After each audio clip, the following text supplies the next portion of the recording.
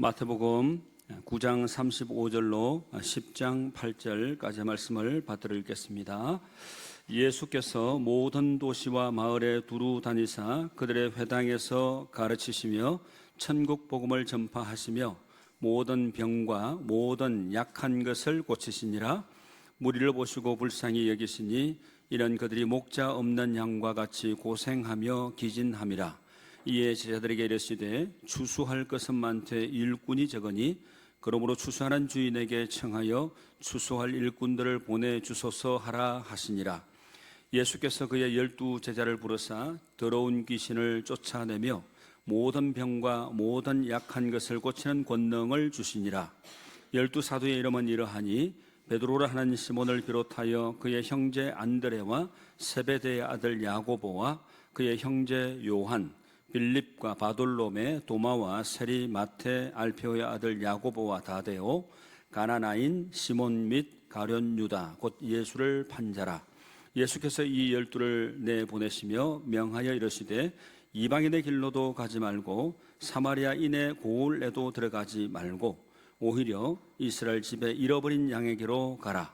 가면서 전파하여 말하되 천국이 가까이 왔다 하고 8절 합독합니다.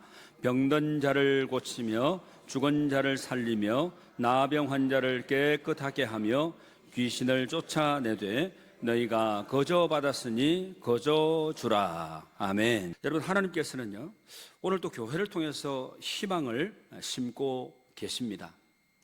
사람은 누구나 또 누군가의 그 관심과 사랑을 기다리면서 살아갑니다. 그런데 이 사람들의 마음은 점점 더 공허해지고 있습니다.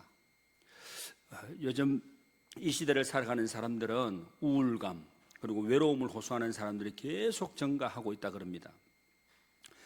물질적인 그 풍요는 누리고 살아가지만 사랑의 이 부족함을 그 원인으로 볼 수가 있을 겁니다. 예수님 시대도 그랬습니다. 백성들은 종교는 있었지만 참된 목자는 없었습니다. 그래서 예수님은 그들을 불쌍히 여기셨습니다. 오늘 말씀은 하나님이 원하시는 것이 무엇인가, 이것을 우리들에게 말씀해 주고 있습니다. 성경을 보면 하나님이 원하시는 것이 무엇인지 시대들마다 많은 고민을 했고 또 그 고민에 대한 분명한 해답을 제시했습니다. 여러분, 사무엘 선지자는요 사울 왕의, 이스라엘의 초대 왕 이 사울 왕의 그 교만한 행태를 보면서 하나님이 원하시는 것은 제사보다 순종이다, 이렇게 말을 했습니다. 그리고 미가 선지자는 하나님께서 원하시는 것은 천천의 순양이나 만만의 강물 같은 기름이나 맏아들을 제물로 드리는 것이 아니라 정의와 인자와 겸손이다, 이렇게 말을 했습니다. 그리고 신약의 복음서 요한복음에서는 하나님이 원하시는 것은 예수 그리스도를 믿는 믿음이다, 이렇게 말을 했습니다. 그런데 이 모든 것들은 사실상 하나로 통한다고 얘기할 수 있습니다. 오늘 본문의 말씀, 이 앞부분 9장 13절 말씀을 한번 보시겠습니까? 바로 앞에 있으니까 여러분 바로 찾기 수월할 겁니다. 9장 13절 말씀 우리 같이 한번 읽어보시죠.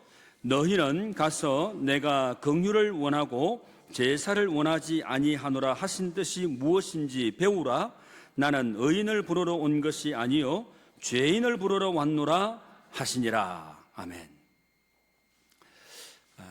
여러분, 이 말씀에 보면 이 긍휼이라는 말이 나오죠. 긍휼, 불쌍히 여긴다 하는 말인데, 이 목자 없는 양과 같이 고생하면서 지친 무리들이 너무 불쌍해서 이 애간장이 끊어지는 심정으로 십자가 위에 오르신 예수님의 마음, 바로 그 마음이 긍휼의 마음입니다. 그러니까 예수님의 마음은 바로 긍휼의 마음인데, 또 하나님이 원하시는 것도 예수님의 마음 속에 있는 이 긍휼입니다. 예수님의 마음 속에 있는 이 긍휼은 애굽에서 노예 생활, 그리고 바벨론에서 포로 생활, 로마의 압제 생활, 그리고 어느 시대, 어느 통치에 있든지 가난하고 억압받고 또 고난당하는 자에 대한 사랑이 언제나 변함이 없고 한결같기 때문에 이 긍휼은 곧 한결같은 사랑이라고 얘기할 수 있습니다. 그래서 새한글 성경에 보면 이 긍휼, 불쌍히 여김, 이 구절을 이렇게 번역을 해놨습니다. 한결같은 사랑, 이렇게 번역이 되어 있습니다.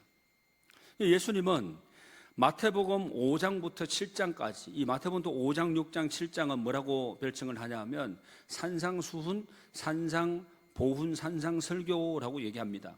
복음서에서 예수님이 아주 주옥 같은 그런 말씀들이 액기서가 쫙 집약해서 정리가 잘 되어 있는 그런 말씀인데, 이 5장에서 7장까지 말씀에서 하나님 나라의 그 윤리는 그 사랑이라고 말씀하죠.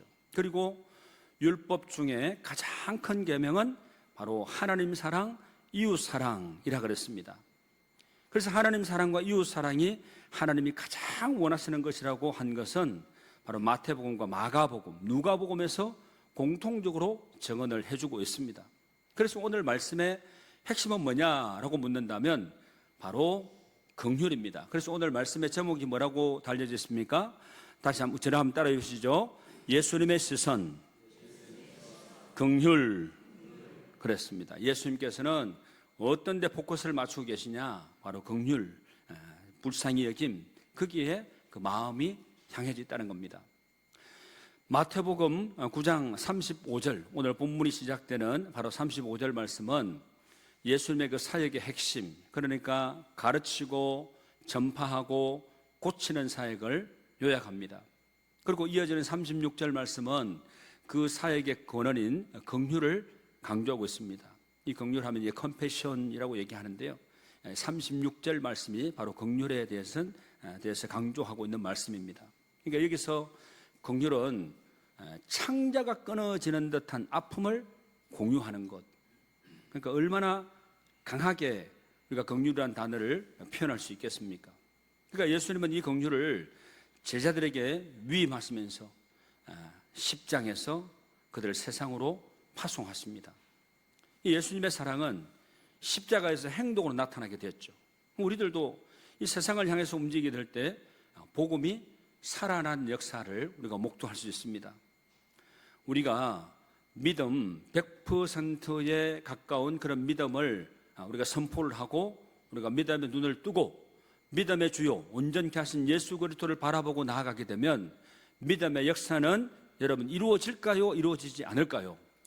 반드시 이루어집니다. 깜짝깜짝 놀랄 정도입니다. 놀랍게도 공교롭게도 우연히 이렇게 얘기하는데 세상 사람들은 우연히 공교롭게 얘기를 하지만 항상 우리 믿음의 성도들의 그 관점은 하나님의 섭리의 그 관점에서 우리가 바라봐야 되는 겁니다. 그러니까 지금도 하나님의 섭리 가운데 한 시점, 한 시간에 예배드리는 이 시점인 겁니다. 그래서 모든 게 다 하나님의 주권에 따른 그 섭리에 의해서 모든 것이 이루어지고 있다라는 것입니다.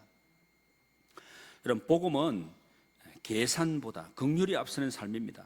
그리고 그 긍휼은 성령께서 맺게 해주시는 귀한 열매입니다. 사랑은 행동으로 완성이 됩니다. 그래서 교회는 세상의 희망이 되어야 되는 것이죠. 그래서 오늘 우리들도 예수님의 시선으로 세상을 바라보아야 되는 것입니다. 여러분, 오늘 말씀을 좀 더 깊이 좀 살펴보겠습니다. 오늘 말씀이 우리에게 주시는 영적인 교훈은 첫째는 예수님은 무리를 불쌍히 여기셨다는 겁니다. 여러분 36절 말씀 같이 한번 읽어보시죠. 시작. 무리를 보시고 불쌍히 여기시니 이는 그들이 목자 없는 양과 같이 고생하며 기진함이라. 아멘. 이 긍휼이라 하는 이 말은 아까도 말씀드린 것처럼 창자가 끊어질 만큼 아파하는 그 사랑을 의미하는 것입니다. 그러니까 예수님은 사람들의 겉모습보다 영혼의 상태를 보셨습니다. 그래서 공동번역 성경은 이렇게 번역을 합니다. 목자 없는 양처럼 지쳐 있었다, 이렇게 번역을 하고 있고, 세번역 성경은 시달리며 버려진 양, 이렇게 표현을 합니다. 그러니까 오늘도 이 세상에는 방향을 잃어버리고 살아가는 사람들이 참 많이 있죠. 그래서 우리 교회는 그런 사람들에게 힘을 주는 공동체, 그리고 그들이 바른 삶을, 옳은 삶을 살아갈 수 있도록 길을 제시해주는 그런 선한 영향력을 끼치는 영적인 지도력을 나타내는 그런 사명을 감당해야 되는 곳이 바로 우리 교회 공동체인 겁니다. 여러분, 헨리 나우엔이 그의 책 상처 입은 치유자 이 책에서 우리가 타인의 상처에 깊이 공감할 때 비로소 진정한 치유가 시작이 된다, 이렇게 말을 합니다. 그러니까 내가 온전해서 남을 돕는 게 아니라 내 깨어진 부분으로 다른 사람에게 아픔을 읽어내는 것이 바로 복음적인 긍휼이라고 얘기를 할 수 있는 거죠. 여러분, 우리의 주님이 우리의 목자가 되심을 믿으시길 바랍니다. 여러분, 시편 23편 말씀, 이 말씀이죠. 여호와는 나의 목자시니 내게 부족함이 없으리로다. 여러분, 예수님은 선한 목자가 되셨습니다. 그렇다면 우리도 주님의 마음을 닮아야 되지 않겠습니까? 세상은 계속 경쟁을 시킵니다. 누가 앞서가냐, 누가 승리하냐, 누가 두각을 나타내냐, 이것을 계속 경쟁을 시키지만 하나님은 우리를 돌보시는 분이신데, 이 사랑하시는 분, 우리에게 사랑으로 보듬어 주시는 분, 그 하나님이 우리의 아버지 되신다는 겁니다. 그래서 하나님의 사랑은 이 우리가 보는 그 시선을 완전히 바꿔주는 그런 하나님의 사랑의 힘입니다. 그래서 긍휼은 성령의 사람에게 나타나는 특징인데, 바로 요한복음 4장 35절 말씀, 이렇게 말씀하죠. 여러분 같이 한번 읽어보겠습니다. 예수께서 이르시되 나의 양식은 나를 보내신 이의 뜻을 행하며 그의 일을 온전히 이루는 이것이니라. 아멘. 예수님께서 말씀하시기를 나의 양식은 나를 보내신 이의 뜻을 행하며, 그러니까 하나님의 말씀은, 주님께서 우리에게 주시는 말씀은 나를 보내신 이의 뜻을 행하며, 누구의 뜻을요? 하나님 뜻을 행하며 그의 일을 온전히 이루는 이것이다, 이렇게 말씀을 합니다. 문제의 해결자는 우리 주님이신 줄로 믿습니다.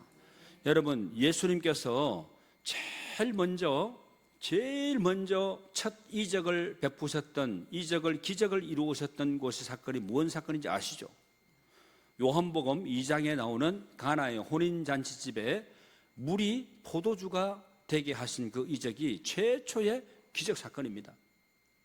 여러분, 그럴 때 포도주가 다 동이 바닥에 났을 때 딱 문제를 해결하실 수 있는 분은 누구셨죠?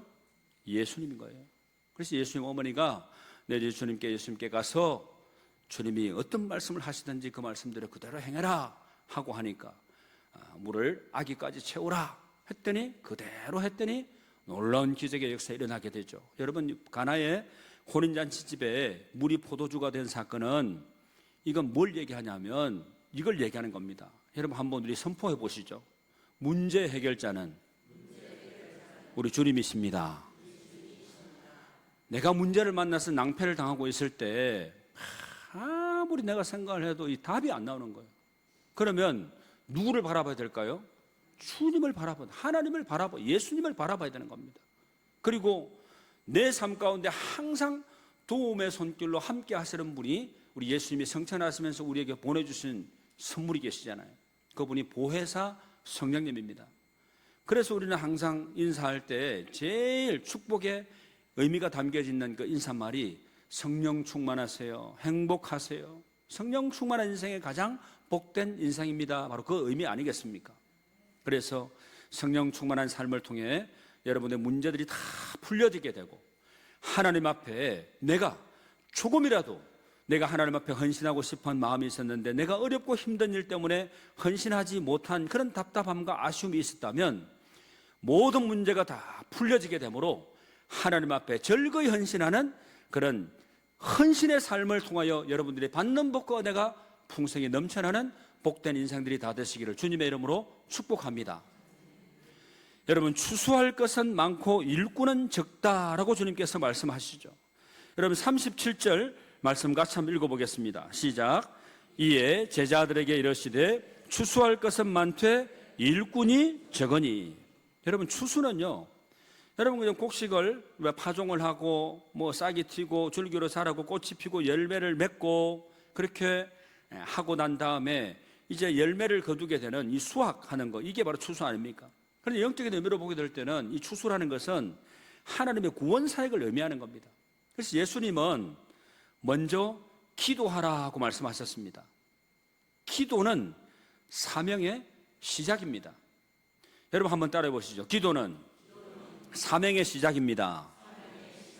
여러분, 이거 뭘 얘기하냐면, 하나님, 내가 헌신하고 싶습니다, 내가 충성하고 싶습니다, 봉사하고 싶습니다 하는데, 그게 먼저 시행되는 것보다, 그거보다 더 앞서야 되는 게 뭐라고요? 기도라는 거예요. 기도. 여러분, 기도할 때 뭘 이렇게 기도 구해야 되냐면, 하나님, 제가 하나님이 기뻐하실 수 있는 사명은 감당할 삶을 살고 싶습니다. 어떻게 하는 것이 주님의 그 뜻에 합당하고 주님이 기뻐하실 수 있는 사명 감당의 삶이 되겠습니까? 먼저 묻는 겁니다. 그러면 하나님이 내게 그 사명을 감당할 수 있는 힘도 주시고 은혜도 주시고 능력도 주시고 믿음도 주시는 겁니다. 여러분, 오늘 우리의 가정과 직장 한번 생각해 보십시오. 너무 맥이 빠져 있습니다. 그런데 하나님을 예배해야 될 그 장소가 맥이 빠져 있고 소망이 없고 희망이 없고, 그렇게 되면 하나님의 아버지의 마음이 어떻겠습니까? 하나님을 예배하는 예배 자리가 되어야 되고 하나님의 복음이 살아 움직이는 선교지가 되어야 되는 곳이 우리의 가정과 직장 아니겠습니까? 주님의 눈에는 아직도 추수할 밭이 많습니다. 우리는 구경꾼이 아니라 추수하는 일꾼입니다. 세상은 우리에게 성공하라 말을 하지만 주님은 우리에게 사랑하라고 말씀하십니다. 이 부르심에 응답하는 주님의 진정한 제자들이 다 되시기를 주님의 이름으로 축복합니다. 여러분, 그리고 마가복음 6장 34절 말씀 같이 한번 읽어보겠습니다. 시작. 예수께서 나오사 큰 무리를 보시고 그 목자 없는 양 같음으로 인하여 불쌍히 여기사 이에 여러 가지로 가르치시더라. 아멘. 여러분, 예수님께서 나오사 큰 무리를 보시고 그 목자 없는 양 같음으로 인하여 불쌍히 여기사 이에 여러 가지로 가르치시더라. 여러분, 안타까운 그 모습을 보고 그 주님이 마음이 참 안 되셨다는 거죠. 그러니까 하나님의 말씀을 하나님 나라 복음으로 계속 가르침의 사역을 감당하셨다는 거죠. 여러분, 그리고 세 번째 영적인 메시지는요, 예수님의 제자는 복음을 전하도록 부름을 받았다는 겁니다. 여러분, 10장 1절 말씀을 보시겠습니까? 예수께서 그의 12제자를 부르사 더러운 귀신을 쫓아내며 모든 병과 모든 약한 것을 고치는 권능을 주시니라 말씀합니다. 예수님은 제자들에게 능력을 주셨습니다. 더러운 귀신을 쫓아내고 모든 병을 고치는 권능을 주셨다고 말씀을 합니다. 여러분, 이건 제자들이 가지고 있는 능력이 아니라 누구의 능력을 위임받은 겁니까? 예수님, 하나님의 능력을 위임받게 된 거예요. 우리가 놀라운 그 믿음의 역사에 놀라운 그 능력을 우리가 발휘한 것 같지만 그 능력은 내 능력이 아니라 주님의 능력, 하나님께서 우리에게 허락해 준 줄 믿습니다. 그리고 예수님은 제자들에게 천국을 전하라고 말씀하셨죠. 거저 받았으니 거저 주라고 말씀하십니다. 복음은 은혜인 거죠. 그리고 그 복음의 은혜는 흘러가야 되는 겁니다. 그래서 요한복음 20장에서 예수님은 아버지께서 나를 보내신 것 같이 나도 너희를 보내노라 이렇게 말씀하셨습니다. 교회는 모이는 곳이지만 동시에 보냄을 받는 공동체입니다. 그래서 사도행전 1장 8절 말씀 이렇게 말씀하죠. 같이 한번 읽습니다. 오직 성령이 너희에게 임하시면 너희가 권능을 받고 예루살렘과 온 유대와 사마리아와 땅끝까지 이르러 내 증인이 되리라 하시니라. 아멘. 여러분, 오늘도 하나님은 우리를 보내고 싶어 하십니다. 하나님은 우리를 세상 한복판으로 보내십니다. 때로는 두렵고 떨리겠지만 주님은 내가 너와 함께 하리라 약속하십니다. 오늘 예배를 마치고 나가는 우리의 발걸음이 복음의 그 권능을 들고 세상의 상처를 치유하는 거룩한 믿음의 발걸음들이 될 수 있기를 바랍니다. 얘기를 하나 들려드리고 오늘 말씀을 마무리를 하려고 합니다. 작년 2025년 봄 대한민국 전라남도 해남의 작은 마을에서 한 이야기가 세상에 알려졌습니다. 70대 노인 이모 씨는 평생 농사를 지어온 분이었는데 마을 청년들이 모두 도시로 떠나버린 후에 혼자 남아 고령의 몸으로 무너져가는 집을 지키고 있었습니다. 겨울이면 난방도 제대로 되지 않았고 끼니를 거르는 날도 많았습니다. 그런데 어느 날 인근 농촌교회에 청년부 5명이 그 집을 찾아왔습니다. 이들은 특별한 계획도 없이 큰 예산도 없었습니다. 다만 담임 목사님의 그 설교 한마디가 마음에 꽂혔다 그랬습니다. 추수할 것은 많되 일꾼이 적으니 여러분 가까이에도 그 추수밭이 있습니다. 목사님이 그렇게 설교 메시지를 전했다 그럽니다. 청년들은 처음에는 집수리를 도왔고 다음에는 일주일에 2번씩 찾아가서 말동무가 되어드렸고 나중에는 마을 전체 빈집들을 조사하고 홀로 사는 어르신 17분을 발견했다 그럽니다. 그 청년들의 활동이 지역 신문에 소개가 되면서 뜻있는 사람들이 하나둘 동참하기 시작을 했고 결국 그 작은 교회는 1년 만에 그 마을의 가장 따뜻한 공동체가 되었다는 것입니다. 여러분, 사랑하는 성도 여러분, 오늘 우리는 예수님의 그 눈물과 제자들을 향한 파송의 메시지를 들었습니다. 예수님은 우리를 향해서 추수할 일꾼이 되어달라고 요청을 하십니다. 우리는 대단한 능력이 있어서 보냄받은 게 결코 아닙니다. 오히려 연약하고 부족하지만 우리 안에 계신 예수 그리스도의 이름이 능력이기에 우리는 담대히 믿음으로 나아가는 것입니다. 여러분, 이번 한 주간 여러분의 머무는 모든 곳에서 그리스도의 향기를 바라며 거저 받은 사랑을 아낌없이 하나님 전하는 복된 인생들이 다 되시기를 우리 주님의 이름으로 축원합니다. 기도드리겠습니다. 긍휼의 주님, 목자 없는 양처럼 방황하던 우리를 찾아와 주시고 제자 삼아 주시니 감사합니다.